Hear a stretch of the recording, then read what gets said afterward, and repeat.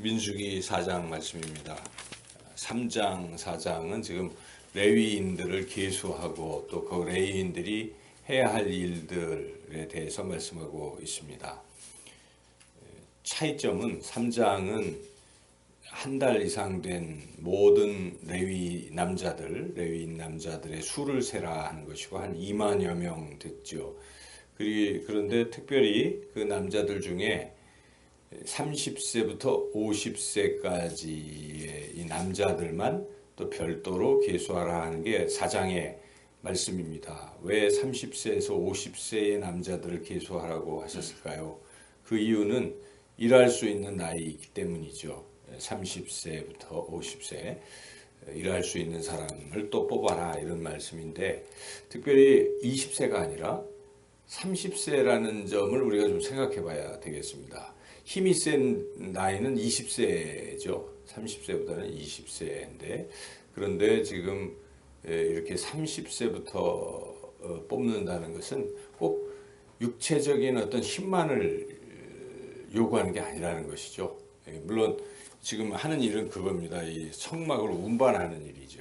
지금 이스라엘이 진영을 짜서 가나안을 향해서 이렇게 행군을 해나가는데, 여기서 절로 옮길 때마다 성막도 같이 가야 되니까 그 성막을 또 옮겨야 됩니다. 텐트를 다시 설치하고 이런 일들을 계속 해야 되는데, 이 성막을 옮기는 게 힘만 필요한 것이 아니라 거기에는 지혜도 필요하고, 그리고 무엇보다 자세가 중요한 것이죠. 이게 하나님의 성막을 내가 옮긴다 하니까 영적인 어떤 준비가 필요한 것입니다. 교회에서도 우리가 이 규정 같은 걸 보면 30세 이상 이렇게 제한이 있잖아요. 나이 제한. 그러니까 그 얘기는 영적으로도 성숙해야 된다. 정신적으로도 성숙해야 된다. 그러니까 교회 일이 쉬운 일이 아니라는 것입니다. 그냥 아무나 함부로 그냥 막 할 수 있는 일이 아니다 하는 것을 뜻합니다. 그래서 우리가 세례를 받고 기도하고 또 영적으로 성숙한 분들이 교회 일을 감당해야 한다는 것이죠. 그 일이 뭐 청소하고 이렇게 육체적인 어떤 그런 것을 필요하는 것 같지만 거기에는 영적인 의미가 또 담겨 있습니다. 내가 어떤 모습으로 봉사를 하느냐를 다른 성도들이 보는 것이기 때문에 자칫 잘못하면 불평 불만을 하면서 봉사를 한다든지 그러면 영적으로 이 나쁜 영향을 주는 거 아니겠어요? 저는 그런 생각이 늘 들어요. 그래서 교회에 무슨 일이든지 봉사할 때는 자세 자체가 중요합니다. 기도하고 겸손하게 기쁨으로 주의 일을 이렇게 감당하는 이런 모습 속에서 성도들의 신앙이 같이 성장하고 교회가 평안하고 든든하고 하나님께서 정말 기뻐하시는 그러한 교회가 될 수 있습니다. 그래서 우리는 사람들의 어떤 사역을 맡기고 또 이렇게 할 때는 더 신중하게 기도하고 준비된 사람들을 선별해야 되는 것이고, 또 스스로도 그렇게 잘 준비되어서 주의 일을 감당해야 된다는 것이죠. 그래서 이렇게 이제 30세에서 50세 된 남자들을 쭉 뽑습니다. 그런데 지금 특별히 레위 지파는 세 종족으로 구별이 되고 있습니다. 고핫 자손, 그다음에 게르손 자손, 무라리 자손, 이렇게 세 종족으로 나뉘고 있는데, 특이한 것은 각각의 역할이 다르다는 것입니다. 뭐 중요한 것으로 따져보면 고핫 자손이 가장 중요합니다. 고핫 자손이 하는 일은 바로 그 성막 안에 보면 지성소가 있지 않습니까? 지성소 안에 언약궤가 있는 것이죠. 증거궤, 언약궤가 있고 또 그 주변에 진설병도 있고 뭐 이런 것들이 그 지성소에 있습니다. 그리고 그 밖에 또 뜰 같은 데에 이렇게 제단이 있고 좀 차이가 있습니다. 그런데 바로 그 핵심이 되는 지성소 안에 있는 그러한 그 기구들은 여기 고핫 자손이 운반해야 된다, 이렇게 지정을 해야 되겠죠. 전체 영역 중에. 그래서 고핫 자손은 그것을 하는 것이고, 나머지 이제 게르손 자손과 무라리 자손은 밖에 있는 전체 텐트라든지 또 다른 기구들을 또 운반하도록 이렇게 역할 분담이 돼 있고 지정이 돼 있다는 것이죠.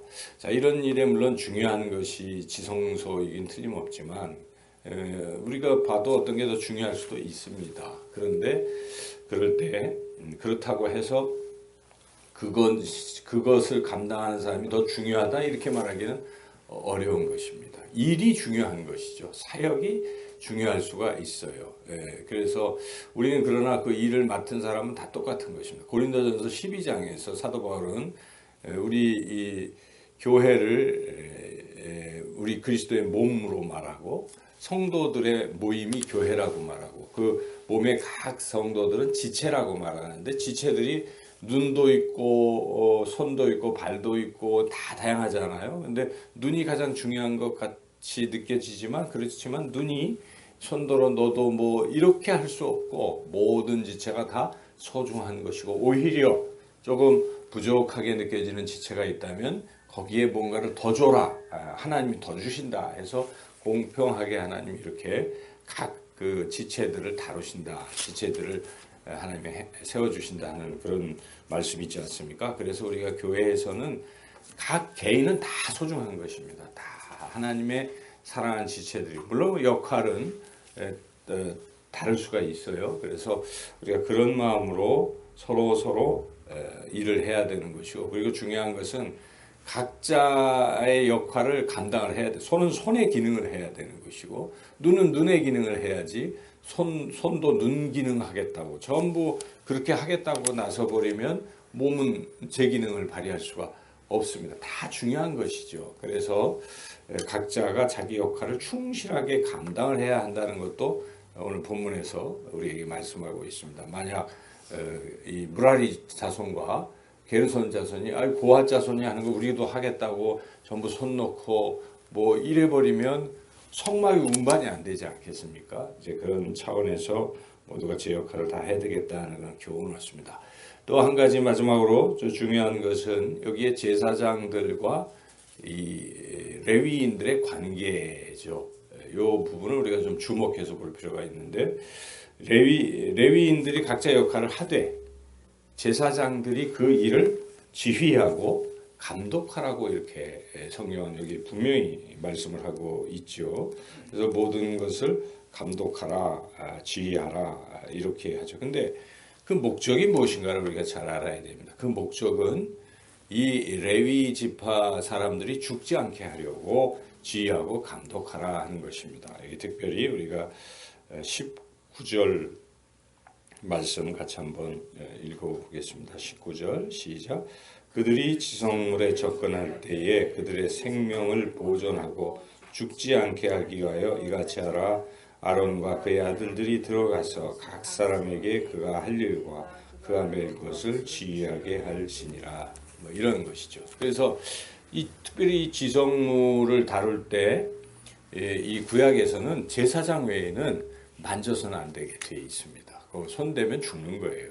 그래서 이 레위인들이 하는 일은 만지는 게 아니고 제사장들이 다 싸요. 여기 보면 뭐 보자기에 놓고 그릇들 싸고 있지 않습니까? 다 이렇게 싸고 다 해놓고 이제 마지막 레위 지파가 할 일은 메고 운반하는 것입니다. 그래서 이미 다 쌌기 때문에 매는 건 맬 수가 있는 거죠. 직접 만지는 게 아니죠. 이제 그렇게 채에 깨서 매는 그런 역할을 하지 가서 만져서는 안 된다.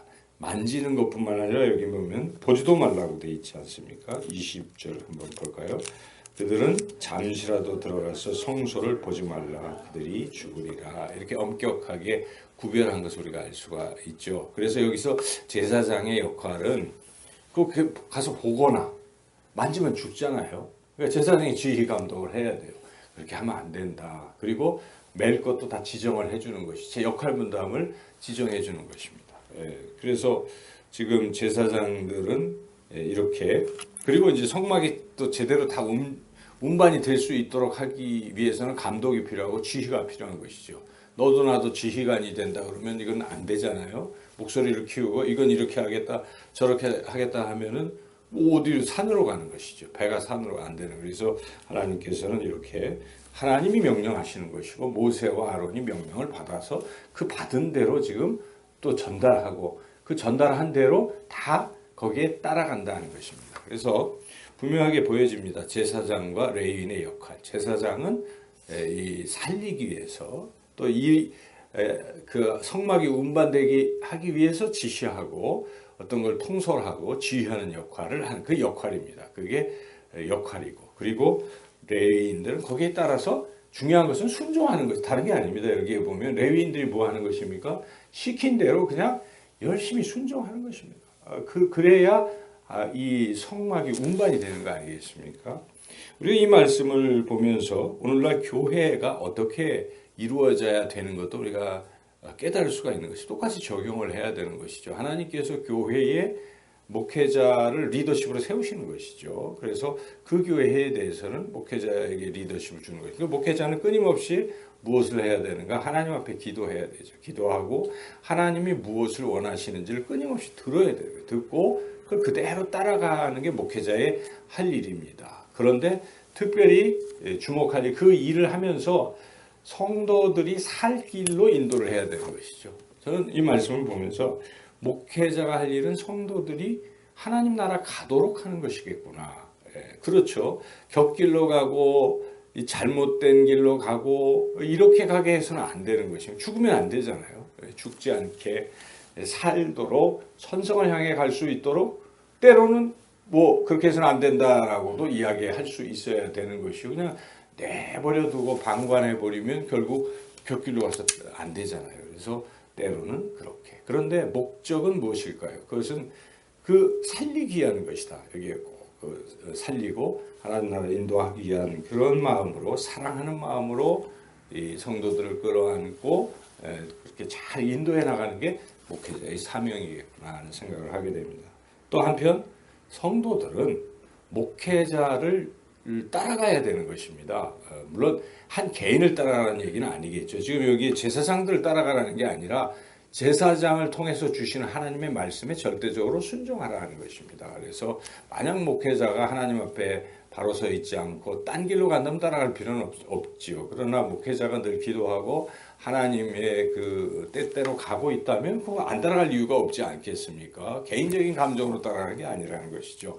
그렇게 할 때 성막이 운반이 되는 것처럼 하나님의 역사는 교회를 통해서 이루어지는 것입니다. 그리고 거기에 참여한 모든 사람들이 죽지 않고 하나님 나라 천국으로 가고 하나님께 칭찬받게 된다. 오늘 이 말씀을 통해서 한마디로 요약한다면 목회자는 성도들을 끌어안고 그리고 생명의 길로 항상 인도하는, 하나님 말씀 잘 듣고 그렇게 가야 되고, 성도들은 목회자를 따라서 하나님의 뜻을 따라 순종하며 나아가는 그런 교회가 되어야 된다는 것, 우리가 그런 마음을 갖고 우리 영산교회도 그런 교회 될 수 있도록 우리가 합심해서 기도하고 나아가시기를 주님의 이름으로 축원합니다.